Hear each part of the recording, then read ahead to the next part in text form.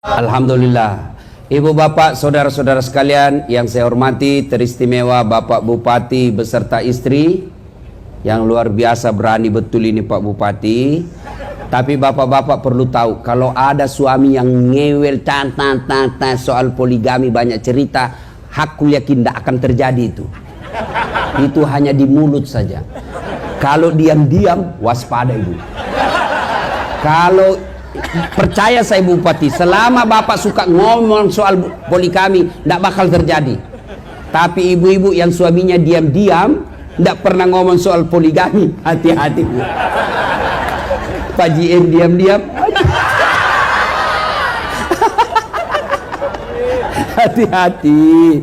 Nah, bapak saudara-saudara sekalian, Pak JM yang saya hormati beserta istri, Pak Kapolres yang saya hormati, Ketua DPRD yang saya hormati, mohon maaf saya tidak bisa sebut nama Bapak satu demi satu. Saya takut kesalahan menyebut nama, dan yang lebih penting, yang sejujurnya saya belum tahu namanya Bapak. Nah, saya ingin berkisah 7 orang pemuda. La ilaha illallah, tiada Tuhan selain Allah, jangan sembah kecuali Allah. Bagaimana reaksi masyarakat waktu itu? Semua membencinya. Bahkan pejabat waktu itu perintahkan, tangkap anak muda itu, mengejarkan kesesatan. Maka dikejarlah 7 pemuda ini. Mereka dimaki, mereka dilimpari, mereka dihina, mereka diteror. Maka mereka lari masuk ke dalam gua. Begitu masuk dalam gua, sebelum mereka tidur, mereka berdoa kepada Allah, ya Allah, rahmati kami, lindungi kami dari orang-orang jahat, selamatkan akidah kami ya Allah. Mereka tidur. Al-Quran jelaskan, tidak masuk akal. Mana bisa orang tidur 309 hari? 2 hari aja orang tidur sudah bening. Hah? Berapa ibu? Nah, ternyata ibu perhatikan, 309 tahun, tidak masuk akal. Tapi kalau Allah yang mau, pasti terjadi. Musa alaihissalam, Fir'aun punya keputusan, siapa yang melahirkan laki-laki, bunuh hidup-hidup. Siapa yang didapati hamil, ditunggu anaknya. Kalau laki-laki, bunuh hidup-hidup. Akhirnya perda dilaksanakan. Semua laki-laki bayi yang lahir, kubur hidup-hidup. Lahir Musa, gelisah ibunya, dibawa lari. Akhirnya ibunya pasrah. Ibunya membuat peti. Dihanyutkanlah Musa kecil ke atas peti, Sungai Nil.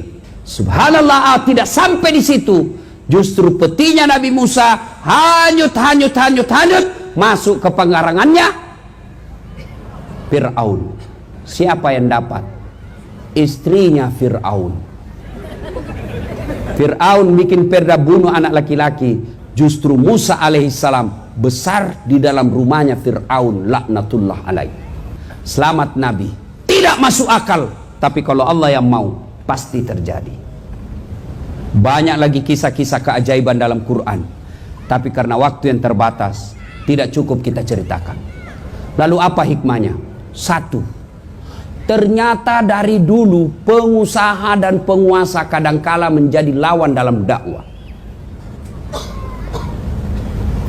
Namrud, Fir'aun, Abu Jahal, contoh yang Al-Quran, mereka melawan dakwah. Tapi alhamdulillah di Cilacap, bupati kita mendukung dakwah. Mana buktinya? Saya diundang ceramah. Bahkan beliau katakan, istri saya Ustadz tiap malam dengar ceramah. Saya tidak tahu apakah setelah itu ibu ikhlas suami kawin lagi. Nah, itu efek yang lain. Tiap malam, alhamdulillah.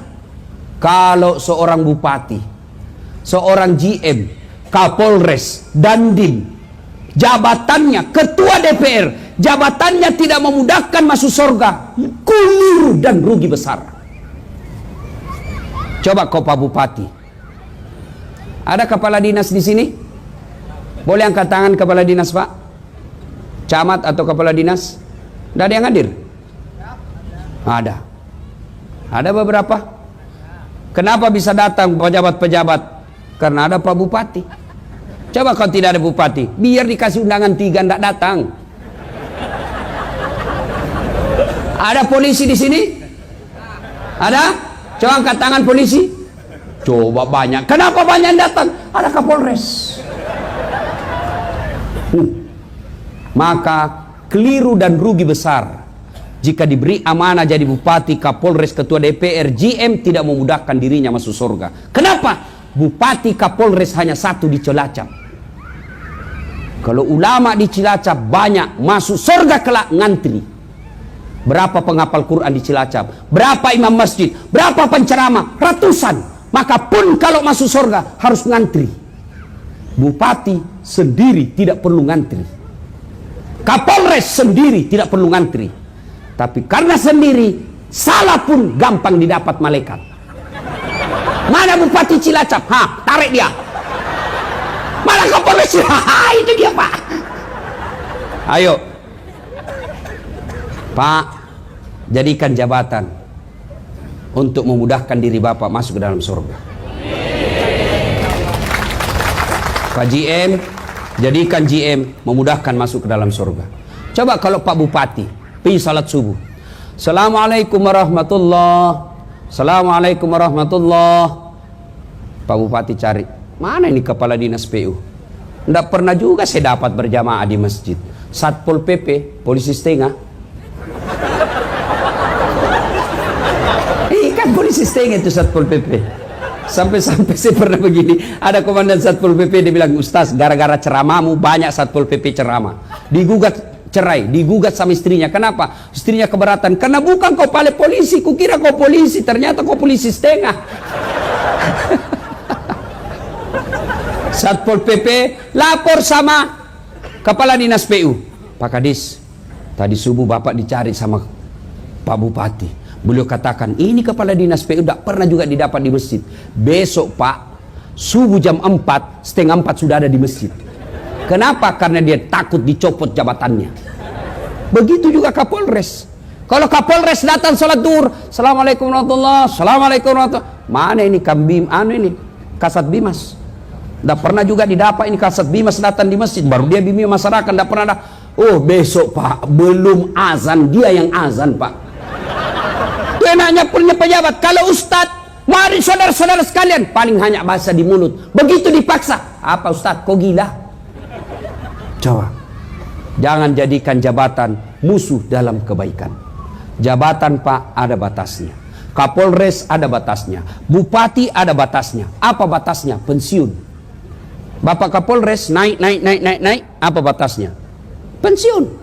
Begitu Bapak pensiun, masih boleh pakai baju dinas pangkat. Bapak pakai dikira orang gila. Coba Pak. Tapi Ustadz tidak ada pensiunnya. Ayo, satu, jadikan jabatan Bapak dari hikmah kisah ini, jangan memusuhi kebaikan. Jadikan jabatan yang Bapak miliki mempermudah kebaikan. Maka insya Allah kebaikan itu akan memudahkan Bapak masuk dalam surga. Bagaimana menjadikan jabatan itu menjadi kebaikan? Jangan takabur, jangan sombong. Jangan mentang-mentang bupati mau sombong. Apa bupati? 2 periode Pak, 10 tahun. Lepas itu wabillahi taufiq wal hidayah. Ganti lagi Pak. Bupati aja tidak boleh sombong, apalagi kamu yang pengangguran. Tapi tadi saya lihat-lihat Pak Bupati, saya ini belum 2 jam saya kenal beliau, tapi rasanya akrab betul. Saya lihat beliau tadi sambutan, saya bilang ini Pak Bupati pasti tidak tahu marah ini orang ini. Senyum aja di bumi, senyum-senyum. Saya bilang pantas awet muda. Kalau saya Pak Bupati, bukan saya kata Bapak tadi, lihat saya lebih muda lagi Pak. Saya ditanya kenapa Ustadz awet muda? Karena saya selalu cita-cita poligami. Cita-cita aja. Karena kalau kita cita-cita Pak, selalu kita rapi, bersih pakai parfum. Tapi kalau tidak ada cita-cita, sisir pun tidak lagi, tidak mau pakai parfum. Sudah ada istri saya. Maka cita-citalah saja Pak. Kalau dikabulkan alhamdulillah.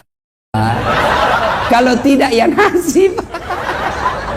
Tapi bu, serius ini bu. Suami itu tergantung istri. Wallah. Tergantung istri. kalau istrinya sopan bicara, istrinya berpakaian yang baik ketika ada suaminya, tidak pernah bicara bantah suami.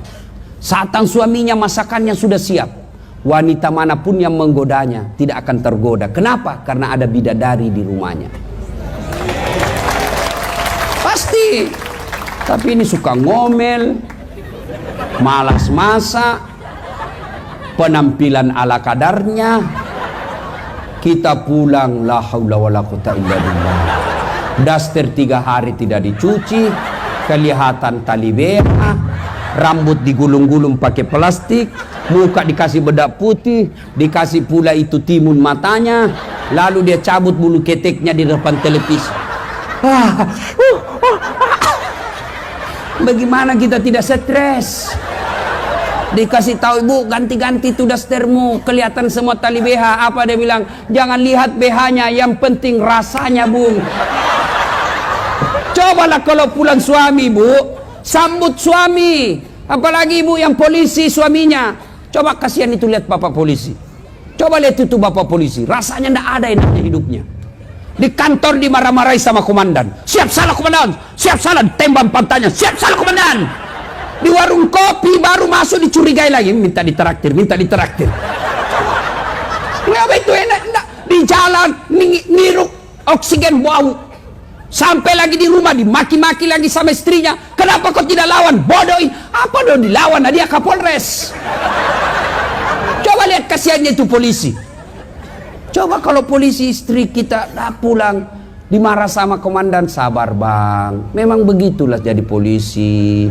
Insya Allah kalau abang sabar, insya Allah akan menjadi amal. Masa abang yang mau marah sama Kapolres? Sudahlah, memang begitulah takdirnya. Sudah.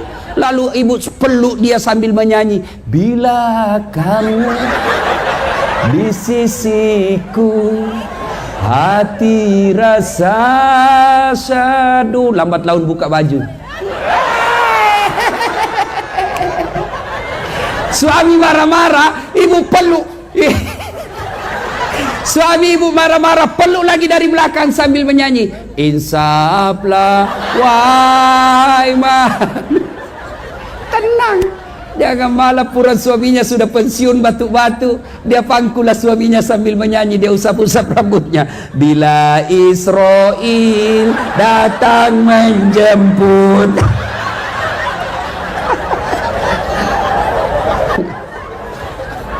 Ya, tuh 2 hikmah dari kisah tadi, Pak. Nanti lain kali kita bahas soal suami istri, bagaimana kewajiban berdua. Yang kedua, Pak, Bu, tidak ada yang mustahil di sisi Allah. Kita dengar tadi cerita, semua tidak masuk akal, tapi kalau Allah yang mau, jadi. Mana bisa orang Bugis bisa jadi GM di Cilacap? Tidak mungkin, itu kata manusia. Kalau Allah yang mau, bisa. Tidak ada yang mustahil, Pak. Mana bisa orang miskin pengangguran, rumah yang ngontrak-ngontrak, kok bisa pergi umroh? Bisa kalau Allah yang mau. Mana bisa kita ini sudah bertahun-tahun punya anak, tidak mungkin kata dokter. Kalau Allah yang mau, bisa. Mana bisa anak kita sekolah tinggi-tinggi, itu kata kita. Kalau Allah yang mau, bisa. Semua orang punya masalah, Pak. Ibu-ibu, ini nih, apa ada di sini yang tidak punya masalah? Oh, muka-muka penuh masalah semua saya lihat ini. Ini bapak-bapak, semua kita punya masalah, Pak. Kalau ada masalah, Allah cuma minta, dekatkan dirimu kepada aku. Takarruf ilallah. Dekatkan diri kepada Allah. Bagaimana cara dekatkan diri kepada Allah? Ketika ada masalah, mau naik pangkat, mau naik jabatan, mau perbaiki ekonomi, jangan cari muka sama bupati, capek. Iya pak, siap pak, siap. Aduh, bapak disenang sama bupati, kalau istrinya bupati tidak senang, tidak jalan juga. Benar, wallah. Cari muka sama Kapolres, capek. 2 tahun kemudian mutasi, cari muka baru lagi. Lebih bapak jadi polisi, kerja aja yang baik. Laksanakan sebagai polisi promoter, biar Allah yang jaga jabatan dan pangkat bapak. Kalau Allah yang jaga pangkat jabatan bapak, kecil jadi Kapolres, kecil. Dan itu ada jalannya, Pak. Yang saya cerita saja tadi tidak ada jalannya, bisa terjadi. Apalagi yang ada jalannya. Bapak sebagai polisi, ada jalannya jadi kapolsek, ada jalannya jadi kapolres. Kenapa? Bapak polisi. Dan tidak ada jalannya Dasat Latif jadi kapolres. Tidak ada jalannya itu, bos. Maka tidak usah putus asa. Dekatkan diri kepada Allah. Jangan cari muka sama manusia. Gimana caranya? Contoh bupati dengan ajudan. Coba lihat bupati dengan ajudan. Panggil ajudan. Ajudan! Biar lagi tidur langsung lompat. Siap, komandan. Coba kapolres nanti kalau dipanggil ajudannya. Siap, komandan. Biar lagi makan kacang. Siap, perintah. Kira-kira Pak Kapolres ada panggil ajudan. Ajudan, tunggu dulu, Pak. Diinjak lehermu. Allah manggil kita 5 kali sehari semalam. Hayya 'alas shalah. Sini. Saya kasih kau yang kau mau. Hayya 'alal falah. Sini. Saya kasih kau kemenangan. Tapi ada jawaban kita. Tunggu. Masih ada rapat. Tunggu. Ada tamu. Allah. Ya sudahlah, kau urus tamumu. Karena saya cari kau. Saya ajak kau. Saya mau kasih kau kemenangan. Saya mau kasih kau kekayaan. Saya ajak kau kemenangan. Tapi kau lebih urus manusia. Sudah, uruslah itu urusanmu. Wajar. 30 tahun jadi polisi tidak bisa lepas dari BRI.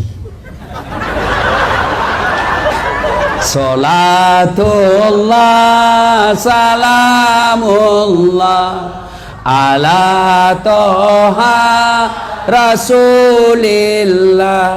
Salatullah salamullah ala Yasin.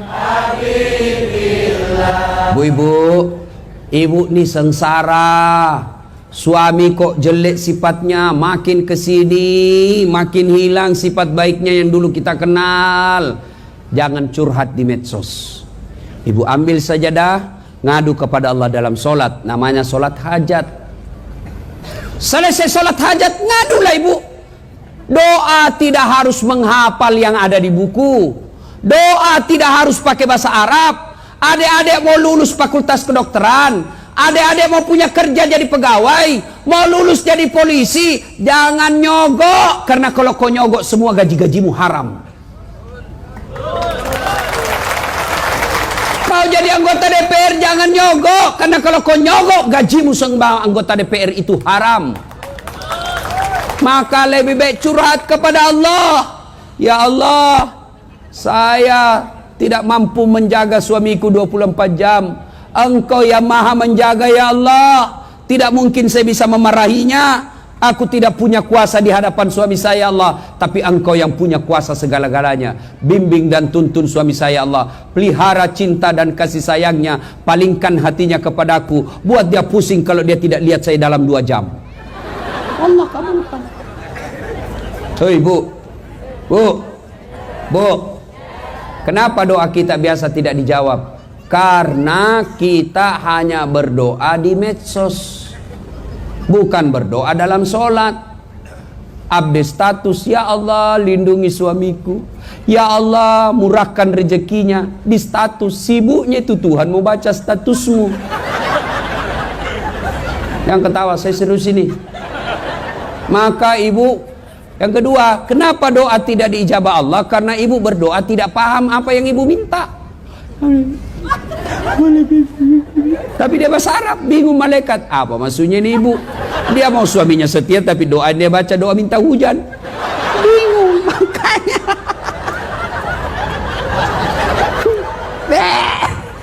Makanya tidak harus pakai bahasa Arab. Pakai bahasa Indonesia boleh. Bahasa Jawa, monggo. Oh my God. Please help me my mother. Oh my God.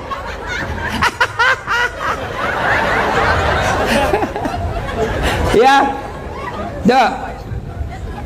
Saya sudah sholat Ustaz. Tapi kok hidup saya susah. Betul Bapak sholat. Tapi main-main. Allahu Akbar. Ya kena. Suratul. La an'amta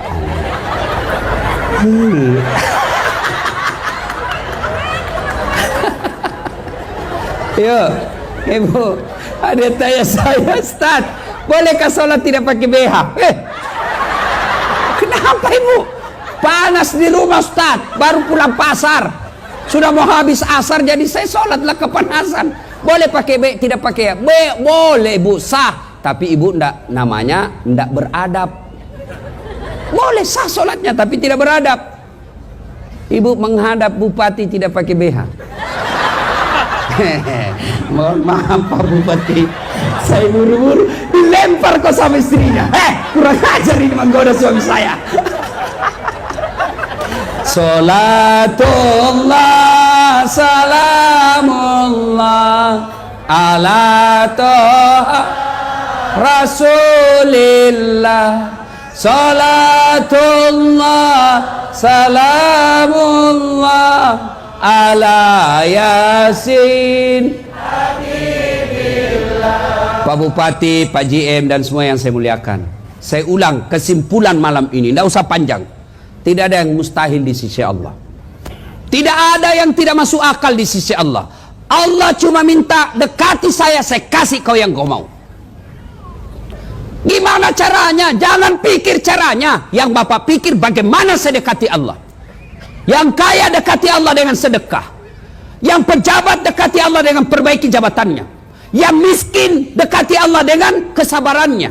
Yang kaya dekati Allah dengan syukurnya. Yang cerdas dekati Allah dengan dakwakan kecerdasanmu. Itu cara-cara dekati Allah. Maka dekati Allah, Allah yang tahu caranya bagaimana memuliakan dan mencapai cita-cita. InsyaAllah. Sudah dekati Allah. Ternyata yang dikasih, yang diminta tidak dikasih. Sangka baik, sangka baik.